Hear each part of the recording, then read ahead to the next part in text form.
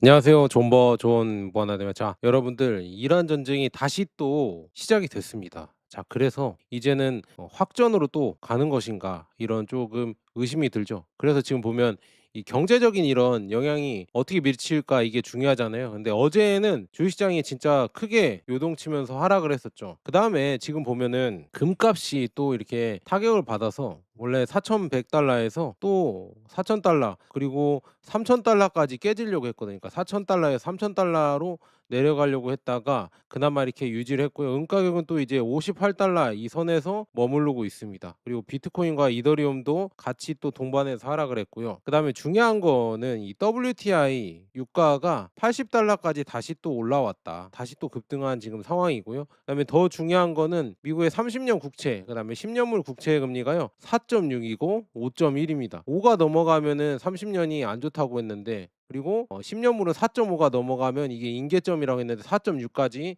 지금 가는 상황으로 봤을 때는 뭔가 이제는 이런 지금 확전으로 가면 당연히 이 물가에 영향을 주겠죠. 물가에 영향을 주면서 결국 금리 인상 가능성이 커지는 겁니다. 네, 그렇게 된다고 하면은 결국에는 금이랑 은이랑 그다음에 주식시장에 당연히 타격을 입겠죠. 그래서 이 전쟁이 과연 어떻게 끝날 것인가, 그리고 지금 미국, 이란이 과연 어떤 식으로 이제 이거를 해결할 것인가 그런 게 궁금하잖아요. 그래서 그런 거 얘기해 드리면서 결국에 이 전쟁은 제가 봤을 때는 금과 지금 달러 세력의 이런 이 지지부진한 전쟁이 어떻게 될 것인가 한번 전망을 해 볼게요. 이게 과연 어떻게 될 것인가 진짜 궁금하잖아요. 그래서 요즘 이게 벌어진 일을 보면요. 7월 14일 날 또 트럼프 대통령이 이렇게 얘기합니다. 호르무즈 해협을 개방하겠다. 그래서 거기에 이제는 미국이 지금 20% 비용을 부과하겠다 또 이런 얘기를 했습니다. 그래서 이제는 이란이 아니라 미국 본인이 이렇게 하겠다고 얘기했고요. 그래서 어떤 발언을 했나 보니까요. 트럼프가 실제로 한 발언은 이 지금 보면 호르무즈 해협은 이란의 협조 여부와 관계없이 개방 상태로 유지되며 미국은 이란에 대한 해상 봉쇄를 재개한다. 이렇게 얘기를 했습니다. 그래서 거기에 이제 운송료로 20%를 받겠다. 이렇게 얘기까지 나와서 참 재밌어지거든요. 근데 아직 누가 어떤 방식으로 20% 내는지 실제 징수 수단은 무엇인지 구체적인 이런 시안은 나오지 않았다. 이렇게 나와 있으면 그래서 이런 것도 또 재미있어지는 거죠. 그냥 일단은 트럼프가 지르고 보는 거죠. 참 이게 재밌어지고요. 그래서 해상 봉쇄는 언제 시작되냐 이렇게 보니까요. 7월 14일 대이란 봉쇄가 7월 14일 오후 8시 그래서 한국 시간으로는 7월 15일 오전 5시부터 적용된다고 합니다. 봉쇄 대상은 국적과 관계없이 이란 해안 항만 석유 터미널을 드나드는 선박 전체이며 호르무즈 해협을 단순 통과하는 비이란 목적의 선박과는 구별됩니다. 이렇게 나와 있네요. 그래서 이렇게 지금 하고 있고 그다음에 미국은 사흘 연속 이란을 공습하고 있다고 합니다. 그래서 트럼프는 미국이 이란의 호르무즈 해협 관련 군사 능력을 공격하고 있다고 확인하면서도 협상 가능성을 완전히 포기한 것은 아니라고 또 이렇게 애매모호하게 하면서 또 시간을 끌면서 13일 밤부터 약 5시간 동안 부셰르, 차바르 자스크, 코나락, 아부무 사섬 그다음에 반다르 아바스 이런 데를 계속 공격을 하고 있다. 예. 이란도 반격을 하고 있죠. 이란도 대응으로 아마 미군 기지를 또 공격을 하고 있습니다. 그래서 이렇게 지금 반격을 하고 있고 실제 유조선 공격까지도 벌어졌죠. 왜냐 우회를 해서 이렇게 나가려고 하니까 오만 이쪽으로 가려고 하니까 그거 안 된다 해서 이렇게 지금 공격을 하는 거고요. 결국에는 이런 지금 이란조차도 이제는 주변 국가지 보복이 확산되고 있다. 왜냐 거기에 미군 기지가 있기 때문에 그렇게 지금 확산되는 지금 상황이다 이렇게 볼 수 있습니다. 그래서 휴전 합의는 당연히 깨졌고요. 그다음에 애매모호한 이런 지금 MOU 이런 협정 때문에 결국에 이거는 깨질지 않았습니다. 이거는 어쩔 수 없는 거고요. 그래서 유가랑 지금 금융시장은 아마도 또 이제 혼돈의 도가니로 이렇게 넘어가겠죠. 브렌트유도 지금 86에서 87달러를 넘어서면서 급등을 했고요. 앞으로 이제 이게 어떻게 될 것인가 지금 예의주시하고 있다 이렇게 볼 수가 있습니다. 그래서 이 분쟁을 다시 한번 우리가 복습 차원에서 한번 쭉 이 지금 처음부터 한번 보자면은요. 자, 26년 2월 28일 미국과 이스라엘이 선제 공습으로 촉발된 이란 전쟁이 벌어졌습니다. 그래서 6월 17일 날 이 파키스탄의 중재로 60일간 양해각서로 체결되었으나 7월 초에 또 이제 이란의 유주선 공격과 미국의 보복으로 이제는 MOU가 사실상 붕괴 위기가 됐죠. 거의 붕괴라고 보고 있죠. 그래서 이렇게 지금 나와 있는데요. 그래서 지금 보면 초기 국면에는 선제 공격으로 이렇게 벌어지면서 결국에는 이란의 최고 지도자 아야톨라 하메네이가 사망했잖아요. 사망하고 핵시설이랑 군사 인프라가 심각한 타격을 입고, 이에 지금 이란은 페르시아만 일대에 이렇게 미군 기지나 걸프국 시설에 대해서 대규모 이 미사일 드론 공격을 반격했죠. 그래서 전쟁 초기 6일 만에 미국의 전쟁 비용이 127억 달러를 돌파했다 이렇게 나왔었죠. 그래서 이렇게 지금 엄청난 자금이 투입되고 엄청난 인력이 투입되는 이런 전쟁이 벌어졌다 이렇게 볼 수 있고, 여기가 지금 보면은 세계 원유의 거의 LNG 공급의 20% 가까이를 담당을 하고 있는데 이게 차단이 됐다고 합니다. 그래서 이게 참 걱정이 되고, 그래서 양측에서 지금 휴전과 재교전 막 이거를 반복했거든요. 그래서 한번 역사를 한번 보자면 4월 8일 날 파키스탄 중재로 2주간 휴전에 합의했고요. 그다음에 5월 8일 날 호르무즈 해협에서 미 이란 해군이 충돌 재발 유가 급등했고요. 그다음에 6월 14일 날 파키스탄 총리가 미 이란 합의 문구 최종 조율을 발표했고, 그다음에 6월 17일 날 또 이제 스위스 제네바에서 60일 MOU 공식 서명을 했습니다. 그다음에 7월 7일에서 8일은 이란의 이 유주선 공격 이 세척을 공격했고요. 그래서 사실상 이제 붕괴 위기, MOU가 붕괴 위기에 겪었고, 그다음에 이제는 7월 12일 날 미국도 이제 호르무즈 주변에 이란 군사 목표물 이걸 재공습을 하면서 결국에는 사실상 이거는 MOU는 깨졌다 이렇게 볼 수가 있겠네요. 그래서 MOU가 깨지면서 이제는 진짜 휴전을 했다가 다시 교전을 했다가 이렇게 계속 이런 걸로 하고 있다 이렇게 볼 수가 있습니다. 근데 애초에 이 MOU 이거는 제가 봤을 때는 미국의 그냥 시간 끌기였다 이렇게 볼 수가 있습니다. 왜냐, 이거를 다 들어준다고 하면은 14개 항목을 들어주면은요 그냥 항복 문서예요. 진짜 이란의 이런 뜻을 다 들어주는 거거든요. 왜냐, 이란은 60일간 상업 선박의 이 무료 통행을 보장한다. 그리고 미국은 30일 내 해군 봉쇄를 전면 해제한다. 그리고 이란은 핵무기 개발 보유 포기 재확인, 그다음에 미국은 이란 재건을 위한 최소 3천억 달러의 투자 협력. 이거를 과연 그냥 몇 개만 가져왔는데 이거를 미국이 지켜줄 수 있을까요? 이거는 거의 이란이 이겼다는 문서잖아요. 말이 안 되죠. 이렇게 하면서 결국에는 미국이 다시 또 이제 무기랑 채우면서 그 시간을 저는 번 것 같다. 제 이렇게 뭐라고 해야죠? 보수하는 시간을 벌지 않았을까 이렇게 보고 있습니다. 그래서 그렇기 때문에 휴전을 한 것이다. 그리고 이 MOU 자체 이 지금 항목이 말이 안 되는 겁니다. 이거는 전적으로 너무 이란한테 유리한 이런 MOU이기 때문에 결국에는 미국이 지킬 일이 없었다 이렇게 볼 수 있고요. 그래서 지금 7월에 왜 이 재충돌을 벌어졌을까? 이 구조적인 원인을 뉴욕타임즈에서는 이렇게 분석합니다. 자, 이란의 MOU 발효 이후 미국이 해협 남방 우회 항로를 유도를 했고, 그다음에 레바논에서 헤즈볼라 무장해제를 추진했고, 그다음에 동결 자산 해제 약속 미이행 등 이런 거를 했기 때문에 이란은 전략적 레버리지를 체계적으로 약화시키려고 한다고 판단을 했습니다. 그러니까 약속을 안 지키기 때문에 결국에 합의는 끝났다 이렇게 얘기를 했고요. 결국에 이거는 지켜질 수 없는 약속 같았어요. 그냥 제가 봤을 때는. 그리고 애초에 전쟁을 시작하면은요 누구든 이 확실한 승리를 못하기 때문에 계속 지지부진하게 지칠 때까지 서로 가는 겁니다. 그건 이따가 말씀드리고요. 이렇게 가면 갈수록 결국에는 뭔가 큰 게 터지겠죠. 이 이후에는 결국에는 경제적 위기가 오거나 아니면 금값과 은값이 미친 듯이 폭등을 하거나 그런 변화가 아마 올 수가 있다. 근데 이런 거를 좀 대비를 해야 되는데 마치 이게 전쟁이 없는 것처럼 우리가 또 생각할까 봐 조금 걱정이 된다 이렇게 말씀드리고요. 근데 지금 보면 MOU 서명 직후 이란은 석유 수출을 재개하여 봉쇄 해제 2주 만에 5천만 배럴을 수출했으며 전쟁 전보다 20% 높은 가격에 판매했다. 그러나 통항량은 이 전쟁 전에 100척에서 이제는 3분의 1 수준에 머물렀다. 그래서 40 몇 척 이렇게 했다가 20척 막 이렇게 또 줄어들었다 이런 식으로 지금 가고 있었죠. 그래서 이렇게 보이고 있고요. 그다음에 이제 전략적 비대칭성이 있거든요. 이란이 이 호르무즈 분쟁에서 보유하고 있는 구조적 우위는 다음과 같거든요. 이란은요 이 홈그라운드예요. 해협에 인접해 있고 홈그라운드고요.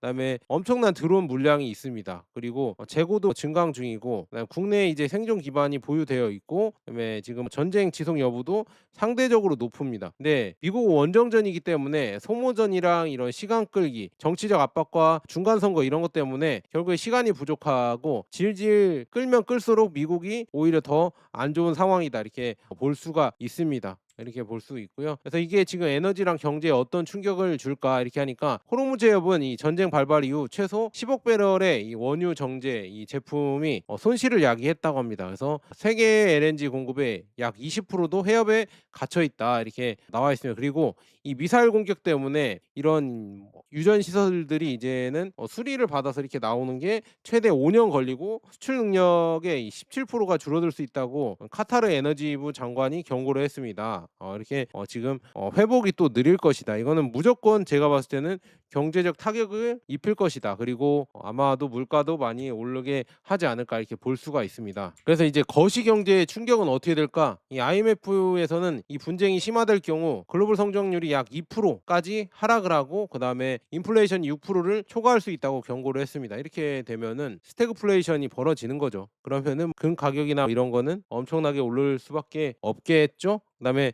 전쟁 비용이 290억 달러가 들었다 뭐 이런 얘기까지 나오고 있고 그다음에 장기적으로 에너지 구조가 재편될 것이다 이렇게 얘기가 나오고 있는데 대체 파이프라인 건설 가속화 이런 게 쉽지 않아요. 굳이 여기서 해야 되냐? 그냥 바로 호르무즈 해협에서 배를 실어서 그쪽으로 나가면 바로 가는 건데 이거를 파이프라인으로 길게 해서 돈이 더 들고 그게 이제 경제성이 있을지는 미지수다. 하지만 이쪽으로 다변화될 수도 있겠죠. 그래서 그런 식으로 지금 가고 있고 그래서 이 전쟁이 왜 끝나지 않을까 이거에 대해서 한번 제가 분석을 해봤거든요. 왜 그러냐면요, 이 결전이 없는 전쟁입니다. 그래서 충돌과 협상이 주기적으로 반복되는 저강도 전쟁으로 지금 이렇게 바뀌었고요. 그다음에 버티는 자가 유리한 게임이 되고 있습니다. 그래서 승패보다 이제는 재고, 생산 속도, 정치적 인내가 좌우를 하고 있고요. 최대 피해자는 이스라엘이 될 수가 있다. 왜냐, 이스라엘 적은 늘고 후원국의 지원은 이 조건부가 될 수가 있어서 이렇게 벌어지고 있거든요. 그래서 이런 식으로 지금 벌어지고 있고요. 이 전쟁에 승자가 없고 단 패자는 있다 이런 결론에 제가 이렇게 도출이 되는데요. 왜 그러냐면 지금 미국은 이란을 압박할 수는 있지만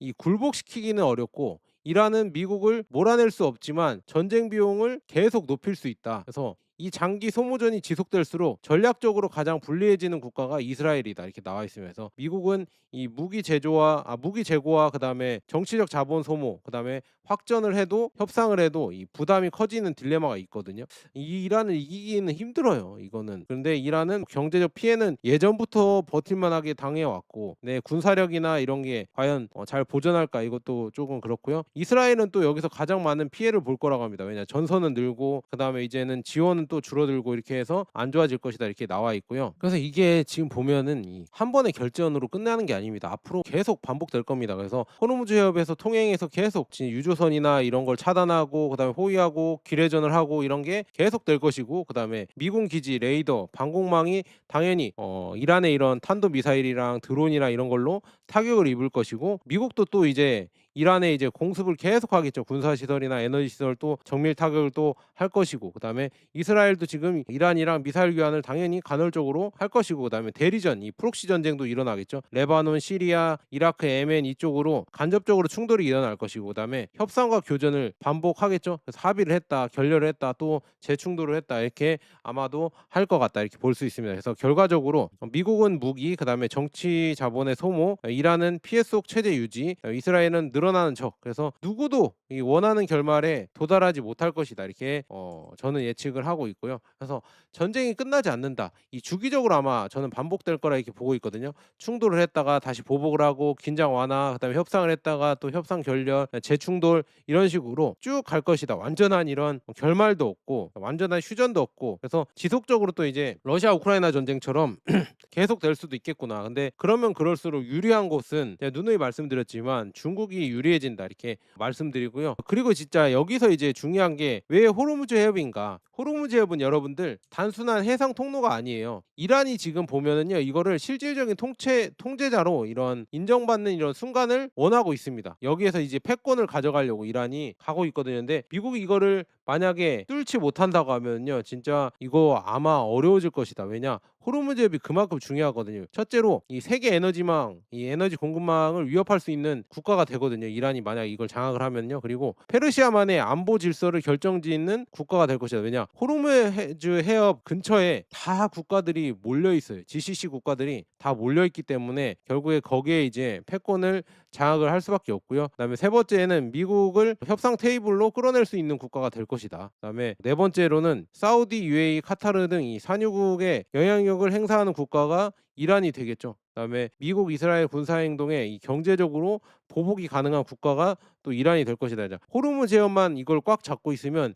이런 슈퍼 파워가 생겨 버리는 겁니다. 그래서 왜 타협이 불가능한가? 미국이 지금 이란의 해협 통제를 인정하는 것은 이 페르시아만의 패권 약화를 공식 시인하는 것과 같다. 공식 인정하는 거죠. 이란이 통제권을 포기하는 것은 가장 강력한 협상 카드를 스스로 버리는 거. 이란은 이거 없으면은 미국이랑 전쟁할 필요가 없는 거예요. 그냥 항복을 해야 되는데 이게 있기 때문에 항복을 안 하고 계속 버틸 수가 있다. 이렇게 볼 수가 있습니다. 그래서 협상이 결렬될 수밖에 없는 구조적 이유는 또 뭘까? 미국은 인정할 수 없습니다. 뭘 인정할 수 없냐? 이 이란의 지금 호르무즈 해협의 공식 이 통제권을 인정 불가하고요. 그다음에 인정하는 순간 이제 걸프 동맹국들의 신뢰가 당연히 붕괴가 되겠죠. 그리고 사실상 이 페르시아만 이 중동의 패권 약화를 공개적으로 인정을 하게 되는 꼴이기 때문에 이 전쟁을 끝까지 포기할 수가 없다. 그리고 이란이 포기할 수 없는 이유는 해협 통제력은 이 가장 강력한 협상 수단이기 때문에 그렇고요.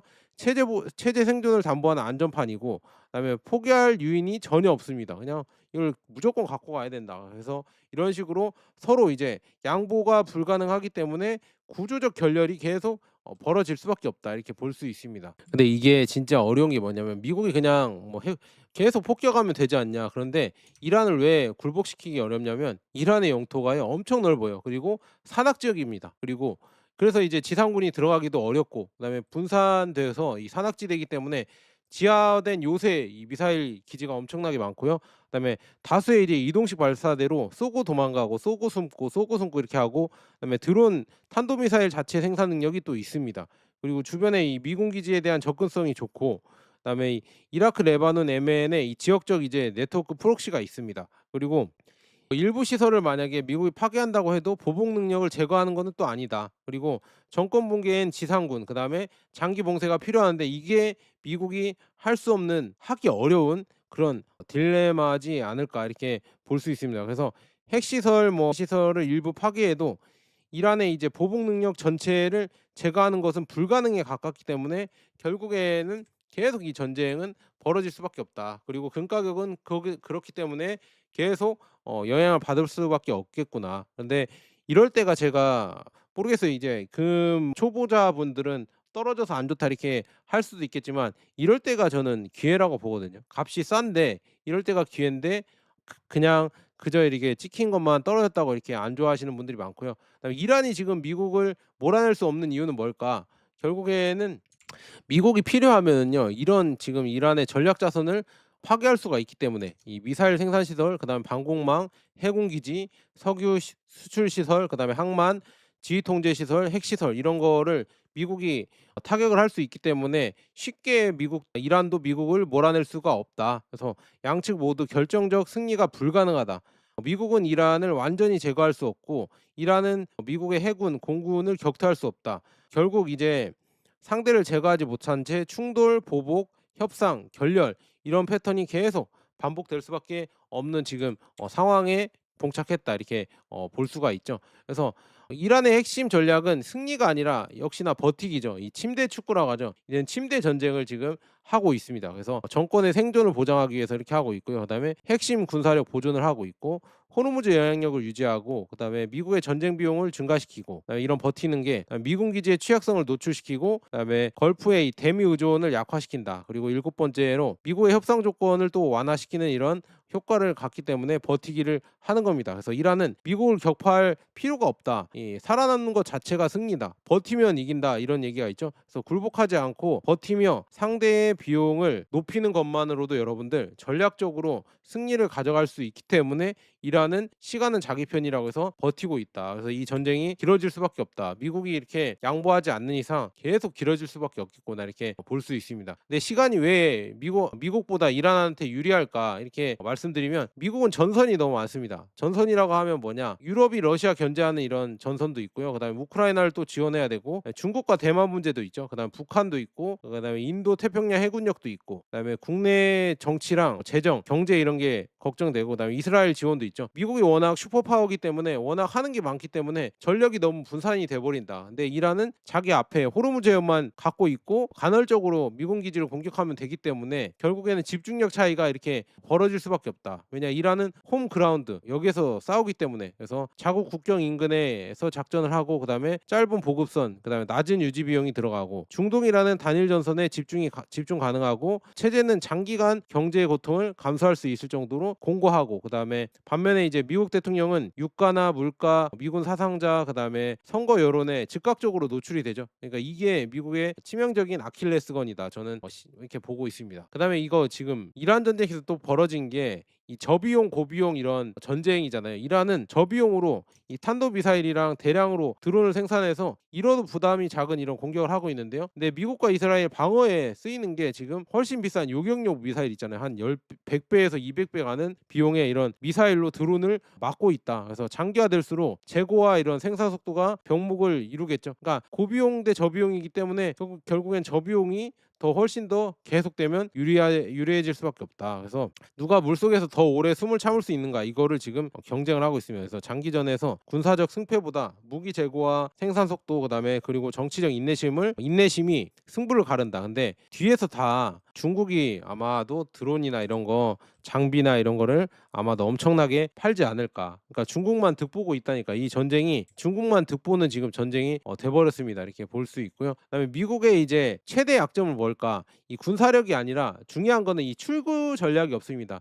이 종결 전략이 없어요. 미국이 이제는 원하는 게 뭔지 이제는 저도 모르겠습니다. 이 호르무즈의 완전 개방이냐, 아니면 핵 프로그램을 폐기시키는 거냐, 그것도 아니면 탄도미사일을 제거하는 거냐, 아니면 정권 교체를 하는 거냐, 이스라엘을 방어하는 거냐, 중동 패권을 회복하는 거냐, 제한적인 보복이냐, 다 안 이루어졌죠. 근데 이란이랑 지금 전쟁을 하지 않고 갑자기 공습을 하지 않고 협상을 통해서 이렇게 했었다면 호르무즈 해협도 다치지 않았고요. 핵 프로그램도 어느 정도 폐기하고 할 수 있었습니다. 근데 그게 안 됐죠. 지금 뭐 이 전부가 다 안 되고 있는 지금 미국의 상황이다, 이렇게 볼 수 있고요. 어떤 걸로도 이제는 승리했다 이렇게 선언하고 나오기가 쉽지 않다. 예전보다 안 쳤기 때문에 목표가 이제는 없어졌어요. 그래서 목표들이 서로 연결되지 않는다. 핵시설을 폭격을 해도 호르무즈 해협이 열리지 않고요. 그다음에 석유시설을 파괴해도 이란의 미사일은 사라지지 않는다. 그리고 정권을 압박해도 친미 정권이 등장한다는 보장이 없다. 결론적으로 군사행동을 시작할 수 있어도 무엇이 최종 승리인가 정의가 어려워지기 때문에 이 출구 전략이 없어서 미국이 또 힘들어진다, 이렇게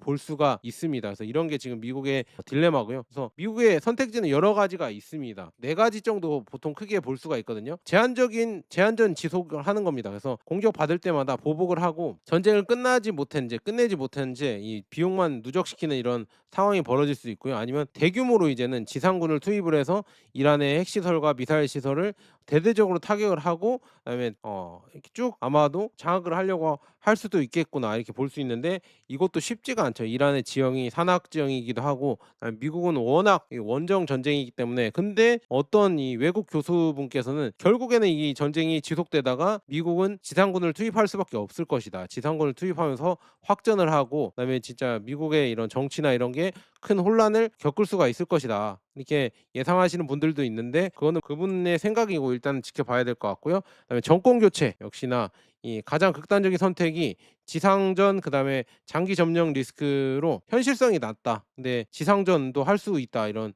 세 번째 시나리오가 있거든요. 그래서 이런 것도 볼 수가 있고, 그다음에 협상 복귀가 있습니다. 그래서 가장 이상적인 거는 이란이랑 이 지역 영향력을, 해협 통제력이나 이런 거를 협상을 통해서 일부 인정을 해서 이렇게 가야 되는데, 다 이런 것도 미국이 들어주면은 쟤네 졌다, 패배했다 이렇게 되기 때문에 구조적 딜레마에 빠져버리는 겁니다. 그러니까 이 전쟁이 쉽게 끝날 수가 없겠구나, 이렇게 저는 예측을 하는 거고요. 그래서 이란이 노리는 것은 뭐냐? 이란이 노리는 것은 미국 본토가 아니라 중동의 미군 인프라입니다. 그래서 바레인, 카타르, 그다음에 쿠웨이트, 요르단, 이라크, 시리아, 그다음에 오만만, 레이더 방공망, 탄약고, 그다음에 연료 저장 시설, 통신 지휘 시설, 이런 거를 살상이 목적이 아니라요, 이 미국의 전쟁 지속 능력을 훼손하는 게 목적이다, 이렇게 나와 있으면서 이게 지금 이런 공격의 목표가 이렇게 나와 있고요. 그래서 이런 식으로 이란은 미국을 이렇게 노리고 있구나, 이렇게 볼 수 있으면 이 전쟁이 진짜 계속 오래 갈 수밖에 없겠구나 이렇게 볼 수가 있으면서 '아 이게 진짜 큰일 났구나.' 이렇게 볼 수 있고요. 그다음에 이제 걸프 국가들이 이제는 갈라지는 거죠. 이 각성을 하면서 결국에 이제 공격을 받게 되니까 이 미군 기지가 우리를 지켜줄 수 있을 것이라고 믿었는데 오히려 이란 공격을 불러일으키는 위험 요소가 됐잖아요. 그래서 이 충돌이 반복되면 반복될수록 자동으로 이제 미군 기지 주둔국들은 표적이 되잖아요. 그러면은 신뢰 균열을 일으키면서 이 미국 방어에 대한 능력의 이 방어 능력에 대한 의구심이 확대가 되죠. 그래서 네트워크가 동요될 겁니다. 그래서 이제는 '이란한테 잘 붙어야겠구나.' 아니면은 미국이랑 이란이랑 원래 완전 미국 편이었는데 이란도 어느 정도 편을 들어줘야겠구나. 왜냐? 우리가 피해를 안 입으려면 그렇게 해야겠구나. 그런 변화가 일어날 수가 있고요. 그다음에 여기서 이제 이스라엘 딜레마도 생깁니다. 이스라엘은 미국에 의존할 수밖에 없습니다. 왜냐? 이란을 공격하려면 공중 급유도 받아야 되고요. 위성 정보 제공도 받아야 되고 탄도미사일 조기 경보나 요격 미사일 공급 그다음에 이런 거 다 받아야 된다. 이런 걸 미국한테 다 지원을 받아야 되기 때문에 이 지금 미국 개입이 깊어질수록 생기는 역설이 생깁니다. 그래서 미국의 요격 미사일 재고가 감소를 하고요. 미국 내 이스라엘 지원 반감이 확대되고 그다음에 걸프 국가들의 이 미국과 이 거리두기가 커지겠죠. 확산되고 그다음에 이란의 이제 대이스라엘 직접 보복의 명분이 커지고 국제사회에서 이스라엘 책임론이 확산되겠죠. 이런 게 지금 이스라엘에게는 안 좋은 딜레마로 작용할 수밖에 없다. 이렇게 볼 수 있고요. 그다음에 군사적으로 적이 너무 많아요. 왜냐 이란도 있고요. 그다음에 이란의 배후 세력이라고 했죠. 레바논 헤즈볼라, 예멘 후티, 그다음에 시리아 친이란 조직, 이라크 민병대, 팔레스타인 무장 세력, 그다음에 터키와의 장기적으로 갈등이 이렇게 생길 수가 있다. 그래서 전선을 이렇게 너무 많이 이렇게 하게 된다 하면 이런 적들이 많이 생겨버리니까 이스라엘에게는 좋은 상황이 아니다. 이렇게 볼 수가 있습니다. 그래서 절대적인 안보를 추구할수록 안보는 오히려 약화된다, 악화된다. 왜냐? 이스라엘은 지금 이런 이란의 핵 능력과 헤즈볼라나 그다음에 시리아 적대 세력, 팔레스타인, 그다음에 터키의 영향력 차단, 이란, 이라크 친이란 세력 차단을 하려고 계속 이 영토 밖에서 전쟁을 일으키고 계속 적극적인 이런 방어 수단이라고 해야 되나? 그걸 공격으로 하고 있는데 오히려 이런 게 완벽한 안보를 추구할수록 이스라엘에게는 더 많은 적을 만드는 역설이 이렇게 벌어져 버린다. 그래서 이게 좋지 않은 지금 상황이고요. 미국은 이제 상대적으로 쇠퇴를 하고 있습니다. 왜냐? 두려운 것은 단절이 아니라 점진적인 변화입니다. 이게 뭐냐? 그래서 이런 미국 내에서도 이런 안 좋은 여론들이 커지겠죠. 그래서 이 여론도 악화되고 그다음에 젊은 층의 지지도 감소하고 이런 조금 악재가 있고요. 그다음에 여러 가지 이런 안 좋은 이런 상황도 벌어질 수가 있다. 이스라엘에게 벌어질 수가 있고요. 터키가 또 이제는 나중에는 이제 시리아랑 그다음에 레바논 이쪽으로 계속 가면 갈수록 터키가 개입할 수밖에 없다. 그러면 터키랑 이제 대이스라엘 전쟁까지도 벌어질 수가 있거든요. 그래서 이게 또 안 좋은 장기적인 상황이다 이렇게 볼 수가 있습니다. 터키도 군사력이 인구도 많고 대규모의 이제 재래식 육군이 있습니다. 이게 진짜 큰 거예요. 그리고 드론과 미사일 생산 능력도 있기 때문에 터키라는 큰 적까지 이제 나중에는 될 수가 있기 때문에 이게 전체적으로 안 좋은 그림으로 갈 수밖에 없다. 그리고 레바논 이런 무장 세력들도 또 문제죠. 왜냐 이스라엘이 레바논을 싹쓸이 해버리니까 무정부가 되면서 오히려 거기에 이제 무장 세력들이 또 차지하면서도 아비규환이 돼버렸습니다. 그래서 그게 오히려 이스라엘에게는 더 안 좋은 지금 상황으로 벌어졌고요. 그다음에 이란 얘기를 좀 해드리자면 이란은 지금 이거 핵에 대해서 어떤 전략을 피냐면은요. 핵을 당장 만들지는 않습니다. 네, 만들지는 않는데 어떻게 하냐면은요, 여러분들 임계 능력을 키우는 겁니다. 그러니까 핵 임계 국가라는 건 뭐냐? 이 공식 보유는 선언이 없이도 필요하면 짧은 시간 안에 핵 무기를 만들 수 있는 이런 국가라고 볼 수 있거든요. 그러니까 일단은 핵을 만들어 버리면 안 되죠. 만들어 버리면은요 공식적으로 핵 보유 국가가 되면서 결국은 여러 나라들에게 질타를 받으면서 오히려 이제는 미국 여론이 커지면서 미국의 힘을 더 실어주겠죠. 하지만 중요한 거는 우리 핵 없다, 핵 없다 하면서도 즉각적으로 바로 이렇게 부품을 다 갖고 있기 때문에 조립해서 바로 만들 수 있을 이런 상황까지 하면은요 오히려 이제 미국과 이스라엘에 대해서 억지력을 확보하면서도 협상 카드로도 이거를 사용할 수가 있습니다. 그래서 전략적 모호성이라고 하잖아요. 나는 없는 것도 아니고 있는 것도 아니요 이렇게 하면서 아마도 그런 식으로 가지 않을까. 참 미국 입장에서는 골치 아파졌다 이렇게 볼 수 있습니다. 그래서 이게 지금 핵 도미노로도 갈 수가 있거든요. 이스라엘만 지금 비공식적으로 핵을 갖고 있다고 생각하면요 이제는 이란, 사우디아라비아, 터키, 이집트도 핵을 갖겠다 이렇게 핵 도미노가 일어날 수가 있고 그다음에 이제 걸프 국가들도 이제는 선택을 해야 됩니다. 이 미국과 결별은 아니지만 군사적으로 이제는 분산 투자를 해야 된다. 미국과 군사 동맹은 유지하지만 이란과도 대화를 할 것이고 아마 중국이랑 러시아와도 이제 관계를 확대를 할 것입니다. 그래서 독자적인 이제 방공망을 구축을 하고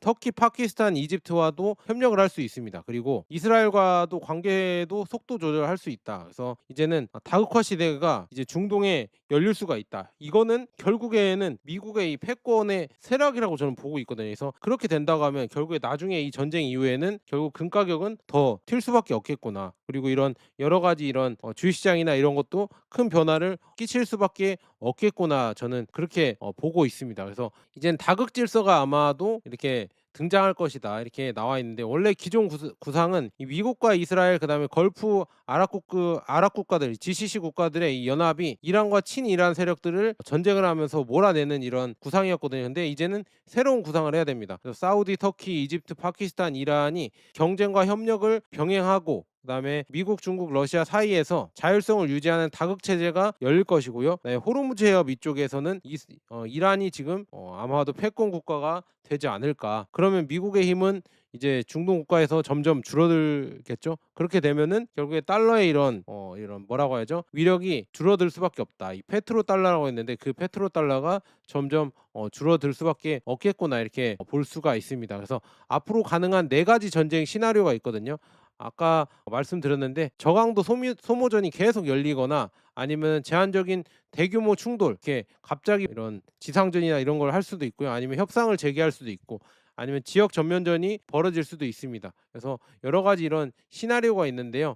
가장 최상은 아마 저강도로 계속 지금처럼 이렇게 벌어질 수도 있겠구나 이거를 볼 수가 있고요. 그래서 계속 소모전이 벌어진다고 하면 어떤 변화가 있을 것인가? 당연히 유가랑 운임의 이 프리미엄이 붙겠죠. 그다음에 미국의 이제 미사일 재고가 감소를 할 것이고 그다음에 이란 경제가 지속적으로 악화될 것이고 이스라엘의 이제 장기 동원 체제로 이스라엘도 힘이 약해질 것이고 그다음에 걸프 국가들이 이제는 중립화로 될 것이다. 우리는 이제는 미국 편이 아니다. 이렇게 하면서 이란한테 공격을 안 받으려고 이렇게 협상을 하겠죠. 그리고 협상과 충돌의 무한 반복이 시작될 것이다. 이렇게 나와 있고요. 그다음에 확전의 방아쇠는 어떻게 열릴 것인가? 저렇게 하다가도 확전이 또 날 수가 있겠죠. 그래서 이란 핵시설에 대한 대규모 공격, 그다음에 지도부 암살, 그다음에 대규모의 이제 미국의 지금 항공모함이나 대형 함정이 피격당하거나 아니면 이스라엘 도시에 이 대규모 사상자가 발생하거나 아니면은 이란 주요 석유 시설이 파괴되거나 그다음에 이란의 핵무장 공식 선언 이런 게 있으면 아마도 또 이제 확전이 돼 버릴 수가 있을 것이다 이렇게 보고 있고요. 그래서 협상 재개하기 위해서 이 최대 장애물은 뭘까? 결국에는 협상 항목이 있죠. 호르무즈 해협 통행 보장이랑 그다음에 미군의 이 특정 작전 제한, 그다음에 이란의 핵 프로그램 감시, 그다음에 동결 자산 이런 게 쭉 있습니다. 그래서 이런 거를 아마도 협상을 통해서 해결하지 않을까 이렇게 볼 수 있는데요. 근데 중요한 거는 단기 군사력은 미국과 이스라엘이 유리한데 소모전이나 질이나 아니면은 정치적 시간이나 이런 것들이 이란이 우위가 있기 때문에 계속 가면 갈수록 이란이 유리해지지 않을까 이렇게 볼 수가 있습니다. 그다음에 이 전쟁은 제가 말씀드렸잖아요. 단순한 이런 석유 전쟁이 아니고 이 달러 결제망과 위안화 금기반의 이 금융권, 이 금융 전쟁이 뒤에 있다. 제가 이렇게 말씀드렸죠. 왜냐, 이 석유가스를 지금 위안화로 결제하고 CIPS 디지털 결제망이 이렇게 아마 뒤에서 계속 이란이랑 이런 거 하고 있었고요. 그다음에 GCC 국가들 특히나 사우디랑 이런 데도 이거를 많이 이렇게 커지고 있었고 중국 상품과 채권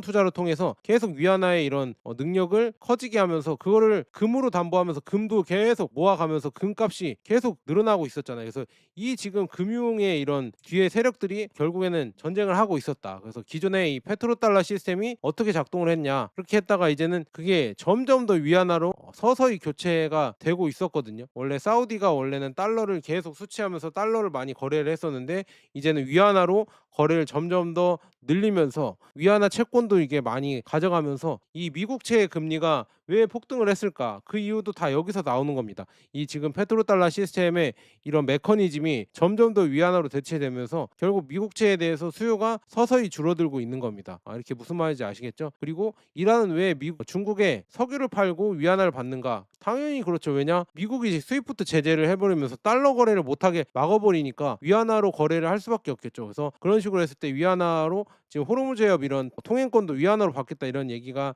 지금 나오는 거고요. 그래서 그렇게 지금 이렇게 변했다 이렇게 볼 수 있으면 이거 제가 예전에 쿤눈 은행이랑 이렇게 해서 이 메커니즘도 말씀드렸죠. 그래서 홍콩 계좌를 넣고 여기에 또 금도 홍콩이 지금 금 청산 시스템이 많이 또 마련됐잖아요. 금 이런 뭐라고 하죠? 보관하는 시스템도 금고도 마련하면서 결국에 그렇게 되는 거예요. 위안화를 이제는 금으로 이제 저장을 시켜 놔 버린다. 번 위안화를. 그래서 그런 식으로 이제는 중국의 이런 금융 세력들이 위안화 결제를 늘리면서 이렇게 커질 수밖에 없을 것이다. 왜냐 CIPS가 이렇게 이쪽에서 이제 위안화 국경 간 지급과 청산 시스템을 하고 있거든요. 여기에 스위프트에서 금으로 담보하기 때문에 이런 세력들이 커질 수밖에 없습니다. 그러면 고로 달러의 세력은 점점 줄어들 수밖에 없겠죠. 그렇게 지금 되고 있고 그다음에 전쟁 직후에도 지금 CIPS 이 위안화 거래가 급증하고 있다고 합니다. 왜냐 당연히 이제 전쟁 또 벌어졌으니까 달러로는 당연히 거래가 안 될 것이고 그다음에 육로나 이쪽으로는 결국 이란이랑 중국이랑 철도로 거래할 수 있거든요. 그러면은 그렇게 된다고 하면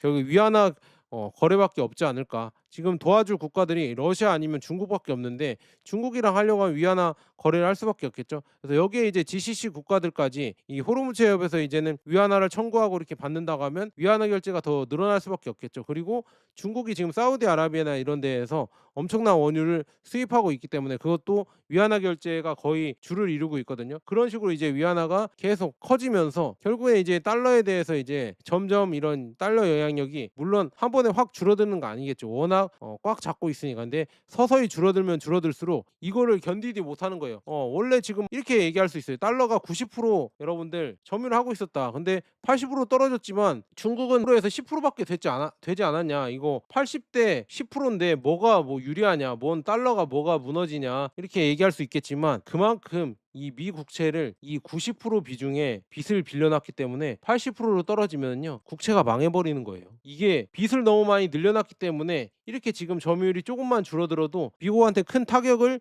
입힐 수가 있다. 이거를 지금 모르는 것 같아. 이 그냥 수치만 보고 뭐 이 80대 90에서 80%밖에 안 떨어졌고 그다음에 5대 10밖에 안 되지 않냐. 5%에서 위안화 결제는 10%밖에 안 늘어났지 않느냐 이렇게 물어볼 수 있겠지만 이 빚을 많이 늘려놨기 때문에 무너질 수밖에 없다. 무슨 말인지 아시겠죠? 그러면은 미국채 금리가 더 올라갈 수밖에 없겠죠. 그렇게 지금 상황이 돼 버리면서 미국한테 압박이 되면서 결국 이 전쟁이 왜 일어났냐. 저는 이렇게 해석합니다. 저는 개인적인 해석이지만 결국에는 뭐 엠브리지 거래 뭐 중국이랑 이런 거래도 있고 CIPS 거래도 있고 이런 거래가 있는데 중요한 거는 이런 거래 속에서 달러가 이렇게 무너지는 것을 어느 정도 막아가면서 한 방에 돌려보려고 이란을 굴복시키고 결국에 이 달러를 공고히 하면서 달러 세력을 또 키우려고 했습니다. 근데 그게 좀 잘 안 되고 있죠. 그래서 위안화가 점점 더 여기에 커지면서 결국에 금이 또 이렇게 다시 또 이 전쟁 이후에는 미친 듯이 올라갈 수 있지 않을까 저는 그렇게 보고 있습니다. 그래서 페트로 위안이 또 생기고 결국엔 점점 더 이제 위안화의 이런 거래가 늘어날 수밖에